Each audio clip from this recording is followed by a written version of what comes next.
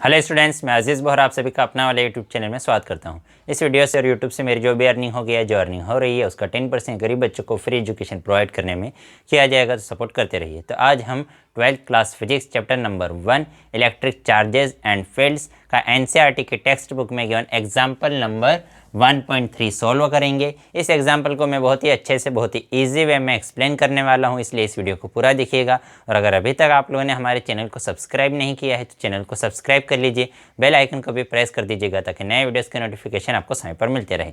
तो क्या है आज का हमारा टॉपिक? आज का हमारा टॉपिक है एनसीईआरटी की टेक्स्ट बुक में गिवन एग्जाम्पल नंबर 1.3। क्या है उसका statement? How much positive and negative charge is there in a cup of water. कि अगर हमारे पास एक कप वाटर है, ठीक है, सपोज करो कि ये हमारे पास क्या है, एक कप वाटर है। तो अगर हमारे पास एक कप वाटर है तो इस एक कप वाटर के अंदर, इस एक कप वाटर के अंदर कितना पॉजिटिव चार्ज है और कितना नेगेटिव चार्ज है, ये हमें कैलकुलेट करना है।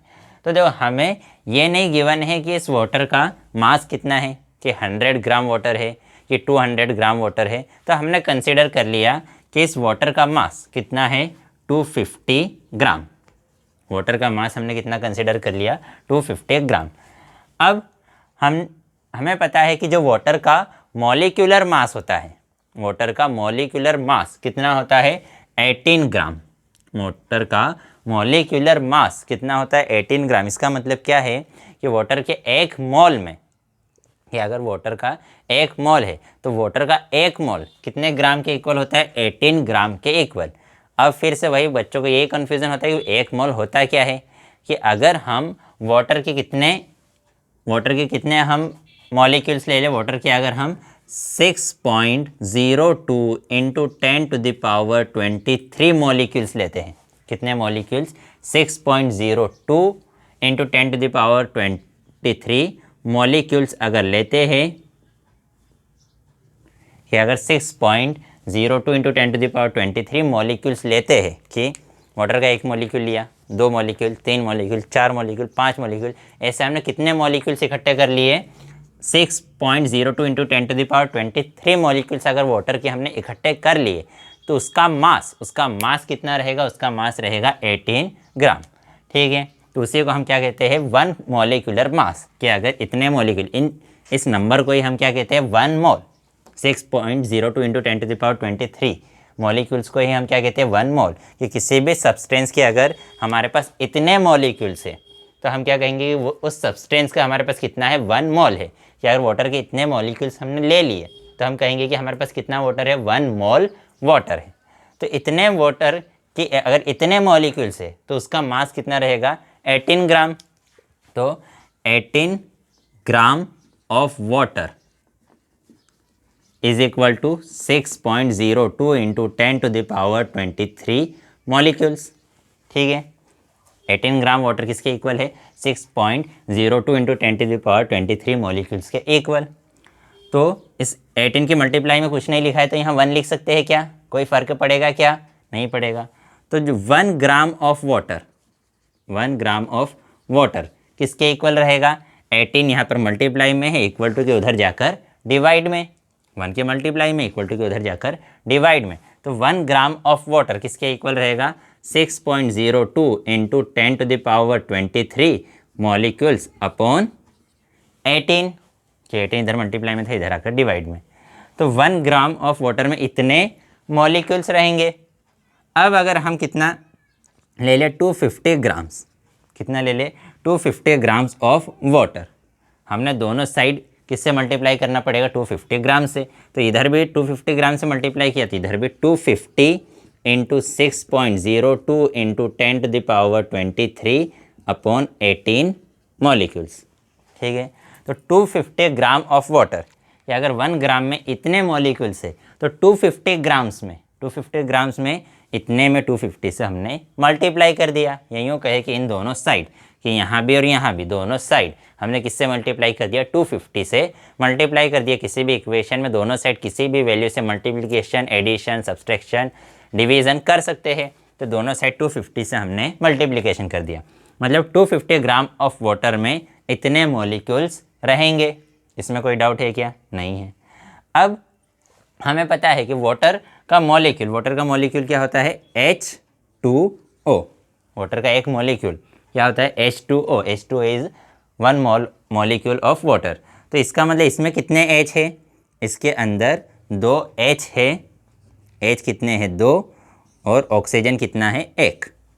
वाटर के एक मॉलिक्यूल में हाइड्रोजन के कितने एटम होते हैं, 2 एटम। H2 मतलब हाइड्रोजन के कितने एटम हैं, 2 एटम्स है। और ऑक्सीजन का कितना एटम है, 1 एटम। हाइड्रोजन के 2 एटम और ऑक्सीजन का 1 एटम। हाइड्रोजन का एटॉमिक नंबर कितना होता है, 1। हाइड्रोजन का एटॉमिक नंबर कितना होता है, 1। हाइड्रोजन का एटॉमिक नंबर 1 है। इसका मतलब क्या हुआ, इसका मतलब ये हुआ कि उसके अंदर 1 प्रोटॉन है और 1 इलेक्ट्रॉन है।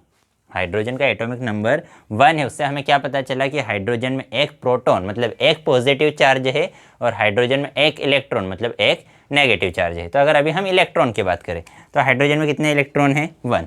इस हाइड्रोजन में कितने इलेक्ट्रॉन है, 1। और ऑक्सीजन का एटॉमिक नंबर क्या है, ऑक्सीजन का एटॉमिक नंबर है 8। ऑक्सीजन का एटॉमिक नंबर 8 है। तो मतलब ऑक्सीजन में कितने इलेक्ट्रॉन है, 8 इलेक्ट्रॉन। तो इसके अंदर 1 इलेक्ट्रॉन, इसके अंदर 8 इलेक्ट्रॉन, इसके अंदर 1 इलेक्ट्रॉन। तो 8 + 1 कितने हो गए, टोटल कितना हुआ, 10 इलेक्ट्रॉन्स। टोटल कितने इलेक्ट्रॉन हो गए, 10 इलेक्ट्रॉन। मतलब वाटर के 1 मॉलिक्यूल में कितने इलेक्ट्रॉन्स होते हैं, 10 इलेक्ट्रॉन। और प्रोटॉन भी कितने रहेंगे, 10 प्रोटॉन। जितने इलेक्ट्रॉन उतने ही प्रोटॉन। तो वाटर के 1 मॉलिक्यूल में 10 इलेक्ट्रॉन मतलब 10 नेगेटिव चार्ज और 10 पॉजिटिव चार्ज होता है। अब अभी हम अगर सिर्फ किसी एक चीज़ की बात करें, अभी हम सिर्फ अगर इलेक्ट्रॉन की बात करें तो वाटर के 1 मॉलिक्यूल में कितने इलेक्ट्रॉन, 10 इलेक्ट्रॉन। तो इतने मॉलिक्यूल्स कि अगर एक मॉलिक्यूल में 10 इलेक्ट्रॉन है तो 2 मॉलिक्यूल में कितने इलेक्ट्रॉन होंगे, 10 को हमें 2 से मल्टीप्लाई करना पड़ेगा। 3 मॉलिक्यूल में कितने इलेक्ट्रॉन्स होंगे, 10 को हमें 3 से मल्टीप्लाई करना पड़ेगा। 50 मॉलिक्यूल्स में कितने इलेक्ट्रॉन्स होंगे, 50 को हमें 10 से मल्टीप्लाई करना पड़ेगा। तो इतने मॉलिक्यूल्स में कितने इलेक्ट्रॉन्स होंगे, तो 250 ग्राम ऑफ वाटर में कितने इलेक्ट्रॉन्स होंगे, उसमें कितने इलेक्ट्रॉन्स होंगे, उसमें हम इस वैल्यू मतलब 250 × 6.02 × 10⁻23/18 को किससे मल्टीप्लाई कर देंगे, 10 से मल्टीप्लाई कर देंगे। तो ये क्या आ गया, number of electrons in 250 gram of water. ये 250 ग्राम में कितने इलेक्ट्रॉन्स है, इतने इलेक्ट्रॉन। ये 250 ग्राम में इतने मॉलिक्यूल है और 1 मॉलिक्यूल में 10 इलेक्ट्रॉन्स है। तो 250 ग्राम में इतने इलेक्ट्रॉन्स रहेंगे। बट हमें पता है 1 इलेक्ट्रॉन पे चार्ज कितना होता है, 1 इलेक्ट्रॉन पे चार्ज होता है 1.6 × 10⁻⁻19 कूलम। 1 इलेक्ट्रॉन पे चार्ज कितना होता है, 1.6 × 10⁻⁻19 कूलम। तो इतने इलेक्ट्रॉन्स पर चार्ज कितना हो जाएगा, तो टोटल चार्ज कौन सा चार्ज, इलेक्ट्रॉन पर। तो 250 ग्राम्स में टोटल नेगेटिव चार्ज कितना हो जाएगा, 250 × 6.02 × 10⁻23 × 10 × 1.6 × 10⁻⁻19 कूलम अपॉन 18। इतना चार्ज रहेगा कि इतने मॉलिक्यूल्स थे और इतने क्या थे, इलेक्ट्रॉन्स। और एक इलेक्ट्रॉन पर इतना चार्ज कि अगर 10 इलेक्ट्रॉन है और एक इलेक्ट्रॉन पर अगर इतना चार्ज है तो 10 इलेक्ट्रॉन पर कितना चार्ज हो जाएगा, 10 को हम 1.6 × 10⁻⁻19 से मल्टीप्लाई कर देंगे। तो सपोज़ करो ये कितना है, सपोज़ कर लो ये है ए, कि अगर ए इलेक्ट्रॉन्स है, ये सपोज़ करो इसकी वैल्यू कितनी, 100, कि अगर 100 इलेक्ट्रॉन्स है तो 100 इलेक्ट्रॉन्स पर चार्ज कितना होगा, 100 में एक इलेक्ट्रॉन पर जितना चार्ज है उससे मल्टीप्लाई कर देंगे। तो ये क्या आ गया, टोटल चार्ज ऑन इलेक्ट्रॉन्स। ये क्या आ गया, टोटल चार्ज ऑन या total charge on 250 gram water के 250 ग्राम वाटर पे टोटल कितना चार्ज है, कौन सा चार्ज है, नेगेटिव चार्ज। कि 250 ग्राम वाटर पे टोटल नेगेटिव चार्ज कितना है, तो टोटल इतना नेगेटिव चार्ज रहेगा। अब इन सभी को हम मल्टीप्लाई कर देंगे। तो देखो ये क्या है 10⁻23, ये 10⁻, कुछ नहीं है मतलब कितना 1, और ये 10⁻−19। तो ये 10, 10 और 10 बेस सेम होने पर पावर्स का क्या हो जाएगा, एडिशन। तो 23 + 1 कितना हो जाएगा 24, 24 - 19 कितना हो जाएगा 10⁻, बोलो कितना होगा 5। 24 में से 19 को माइनस करेंगे तो 5 कूलम एज इट इज़। अब 250 को मल्टीप्लाई करेंगे 6.02 से, फिर उसको मल्टीप्लाई करेंगे 1.6 से, और जो आंसर आएगा उसको हम डिवाइड कर देंगे किससे, 18 से। तो हमारे पास वैल्यू आएगी 133.7। कितनी वैल्यू आएगी 133.7। इसी को हम 1.337 इंटू 10⁵ कूलम लिख सकते हैं क्या, नहीं, 10² या इसी को लिख सकते हैं 100 इंटू 10⁵ कूलम। ठीक है, हमने क्या कहा कि ये 133 को हमने 1.337 इंटू 100 लिख दिया। कोई फ़र्क पड़ेगा क्या कि अगर इस वैल्यू में 100 से मल्टीप्लाई करेंगे तो फिर से 0.2 डिजिट पीछे चले जाएगा और हमारे पास 133 आ जाएगा। ठीक है, और ये 10⁵, तो एज इट इज़ ये 100 को ही हम क्या लिख सकते हैं 10²। 100 को ही हम क्या लिख सकते हैं 10²। तो वैल्यू कितनी आ गई। अब देखो हमें पता है पॉइंट के बाद अगर थर्ड नंबर पर वैल्यू 4 से बड़ी हो, पॉइंट के बाद थर्ड डिजिट 1 2 3 थर्ड डिजिट अगर 4 से बड़ी हो तो हम क्या करते हैं, ये 1.3 सेकंड डिजिट में 1 ऐड कर देते हैं कि यहाँ पर अगर क्या लिखा है 3 तो इसको क्या कर देंगे 4, और थर्ड डिजिट को छोड़ देंगे। क्या करते हैं हम, थर्ड डिजिट अगर 4 से बड़ी हो तो इस थर्ड डिजिट को हम हटा देंगे। थर्ड डिजिट को हटा देंगे और उसके पहले वाली जो डिजिट है उसमें 1 ऐड कर देंगे। तो 3 का कितना हो गया 4, और ये कितना हो गया 2 + 5 10⁻7 कूलम। मतलब 250 ग्राम वाटर में या 1 कप वाटर में कितना नेगेटिव चार्ज है, ये तो हमने सिर्फ कितना क्या निकाला, इलेक्ट्रॉन।